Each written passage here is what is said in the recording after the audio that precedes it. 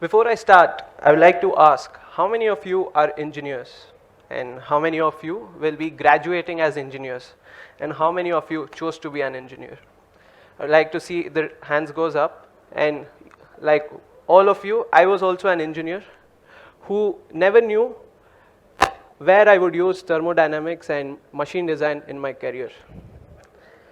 2 years ago, when I graduated, I was in the same dilemma of what I'm going to do next. And I was not sure what I will do.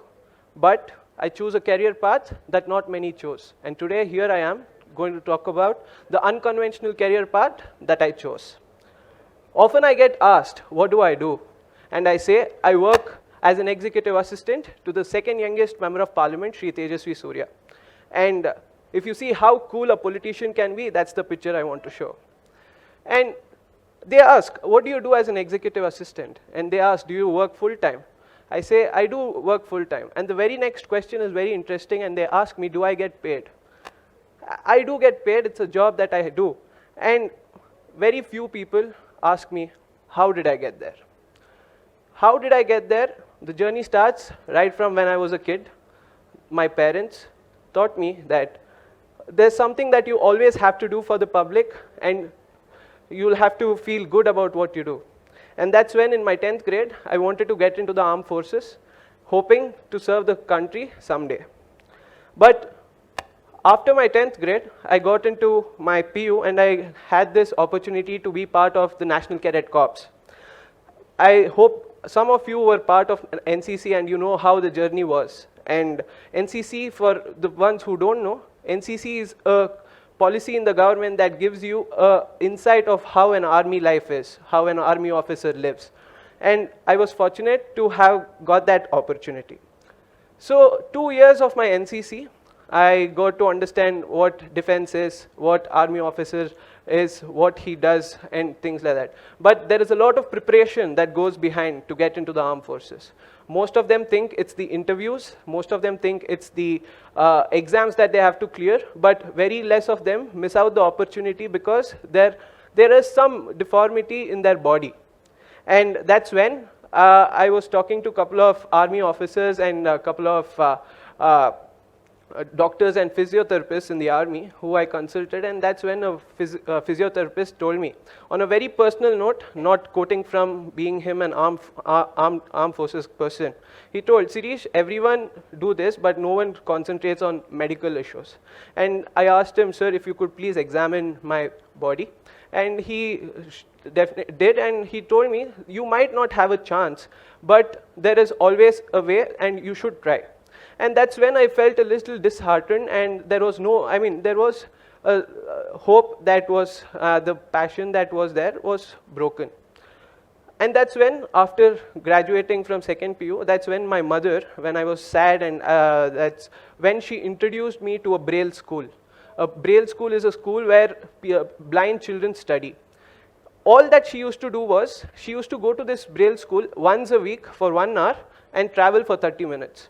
That 90 minutes of travel that she did used to empower 100 other kids. The only thing that she used to do was read a textbook, and the kid who was blind would type it into Braille scripture. And the happiness that I could see as a kid when I was accompanying my mom, changed my whole perspective of how to serve for the public. That happiness when they're blind and they can't see anything, that is the hope that we were creating by giving them that chance to read. That was another experience that told me that I have to do something for the public, and there is not only one way, there are many other ways. That was when I was 18 years old. After that, I joined my engineering college, like most of you. After second PU, didn't know what to do, but I took up engineering as of no choice. I took up engineering, took up mechanical, and there I was again introduced to National Service Scheme. I'm sure most of you know what NSS is and what the scheme does. It brings 50 like-minded people from an organization together to help the society in spreading awareness, doing cleanliness drives, attending camps, try to understand what society is, what are the government policies for the below poverty line people, and things like that. So knowingly or unknowingly, I was somehow in the last 3 years, I was always associated to serving the society. That's when I took up this NSS, and I was also given the chance to lead my college. I was leading the 50 people in my college, having traveled across the country, giving me chance to see different like-minded people from other states who want to do something for the society. And that's when, in the last year, like most of you, last year of engineering, like most of you want to travel with your friends, I also wanted to travel. And when I wanted to travel, I wanted to make sure I do it something different. And that's when I asked my mom if I could go on a bike tour. And she jokingly asked, why a bike tour and not a cycle tour? And I told, okay, let's think about it. And that's when I came up with this initiative called 2D South India. It was a 2,000-kilometer ride all the way down to Kanyakumari from Bangalore. And the idea was to raise funds for 2 student NGOs. And that was what I did by doing crowdfunding. Again, interestingly, every time I did something with the public, people always used to come together. And if I look back, each phase of my life, it was only people, people, and people. And interestingly, again, my parents told me, why don't you go and invite the member of parliament of the constituency we live in? It's supposed to be the youngest parliamentarian. And I go to him open-handed, without any political background or knowing anyone in the system. I go to him and I ask, sir, I'm doing so-and-so event. Can you please come and flag it off? And that's when he readily accepted, and he came and flagged me off. It was only one person doing for 2 NGOs, and then comes a representative who flags the student off. So that was a lot of emotion for me, because the next day after the flag off, I was all over the newspapers. Interestingly, I finished the tour, and there are a couple of incidents that I want to share. One important incident that happened. Everything was very fancy on the very first day until the flag off happened. After the flag off happened, the very first 40 kilometers, I had a mechanical failure. After the 40 kilometers, I had a mechanical failure, and I lost 3 hours of my day of the time that I had planned. Then after fixing that, I go to another place, and then again I had another mechanical failure at 80 kilometers. The reason why I'm telling you this, after that 80 kilometers, I was completely down. I didn't know what to do. I was questioning myself, why am I even doing this? And I didn't make it to the first point, so I had to stay back in a small town. And that small town had 2 lodges. The 2 lodges, one was completely occupied. I reached this place at 12:30 in the night. I didn't know how to speak Tamil. And I had to find myself an accommodation, or else the next 1,920 kilometers and 14 days of my tour was at stake. And that's when I had to ideate. 12:30 in the night, no language, no known person, no support. A small thing that I did was to reach out to the nearest police station. Never in my life before that I've ever gone to a police station. And you know what I did when I went to the police station? When the lodge guy told, I'm not giving you a room because you don't have an Aadhaar card, I asked the police station guy if I can sleep in the police station. So when I was completely down, my mind started to think out of the box. And that is what I want to share. When everything is going down, there is always support that is always there. And that's when I go to the police station and tell him that this is what I'm doing, sir. I need accommodation, and can I sleep here? But he told, no, you're doing it for a good cause. I'm coming and supporting you. And he got me accommodation for that night. And after that night, nothing stopped me. 14 days went like a butter, where I traveled, explored the southern part of the country on my cycle. And what more learnings do I need? When I came back home with on March 15th, and March 23rd was the lockdown. And I come back to COVID, final year 8th sem.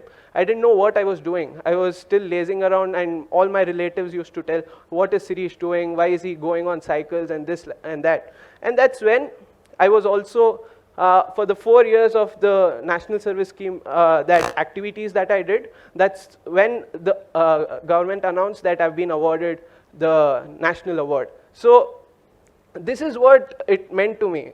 Last 6 years I've been working in the social sector, and somewhere I had recognition. After I came back, I received the national award, and then what happened? 2 months, like most of you, I was home thinking what to do. The entire country was losing jobs, losing close ones, but a final year student wanted to find himself a job. How is it going to happen? And how am I going to tackle this? I was always dreamy about how to get a starting kit, how a student goes, he gets a fancy t-shirt, he gets a fancy bottle. That was one of my dreams too, to get into a new company and get a lot of goodies. But it didn't happen that way. 2 months, COVID happened, couldn't find jobs, and that's when I was thinking, and I was talking to a friend of mine, I was just thinking, what am I even doing? And why am I even doing this? Why am I working with the public? And that's when he told me, Sirish, you've been working in the public. Why don't you think of a career in public service? And that's when I thought, when the MP came down and flagged me off for the tour, why not work with the MP himself? And that's when I reached out to the MP's office, and I asked if I could join him for an internship. And that was peak of COVID, and when I asked him if I can join, he readily accepted, and I started my work the first day. And like everyone on the first day, what do we receive in corporate jobs? We receive a starter kit. But I received phone calls to help save lives. So that was something I really, I was put in a place where I was literally saving jobs and saving lives, and what more satisfying would I expect? So that was how my journey started, of choosing a career that is completely unconventional, and not many people are known to. And that's when, what do I do as an executive assistant at the MP's office? Right during COVID, we had to come up with a lot of initiatives, a lot of services. I'm sure most of you had also done a lot of things that help people. But being a public office, the expectations are high. As engineers, how do we become innovative? How do we become how do we implement new ideas? How do we do it quickly? That's what engineering taught me. And my parents used to complain, 4 years of engineering, what are you even doing with this? And that's when engineering came to my support. I knew how to manage, I knew how to plan, I knew how to organize, I knew how to make it operational. And that's when we came up with an idea of building a complete tech robust software for the supply chain of oxygen concentrators. 10 startups came together, 30 tech volunteers came together, 1,000 concentrator supply chain was built. These were kind of the things that a new age political office could do, a public office could do, and that was what I was part of. And to add to that, there are many other experiences that I want to share. But one thing I always tell everyone is that I'm in a position today where I get to meet a person from a slum, a person from socially economic weaker section, a person who's from a middle class family, a person who is from who's the MD of a MNC company, a person who's heading a startup unicorn. They all come up with problems. I'm at least in a position to understand the perspective of each and every person in this society we live in. If not solve them, I at least try to listen to what they are trying to tell. That is what the learning I'm getting. And each day I get to learn, and each day I get to meet new people, and each day I know what the world is changing to. And this is what different careers give, different perspectives give. And to add to that, all I want to say is, be it a conventional or a non-conventional career that you choose, but choose a career that's going to teach you every day. And more than that, as engineers, we can get into any career that we want to, because we've written all the 48 subjects and passed it all. So, lastly, I would like to say, give 2 hours, be it an entrepreneur, be it a person who's working 9 to 5, be it someone who's working in public service, give 2 hours of your time every week to help the society and to bring a smile on anyone's face. That is all, and your week is worth it. And on a joking side, in corporates, there are deadlines. There are progress that you have to show to your peers.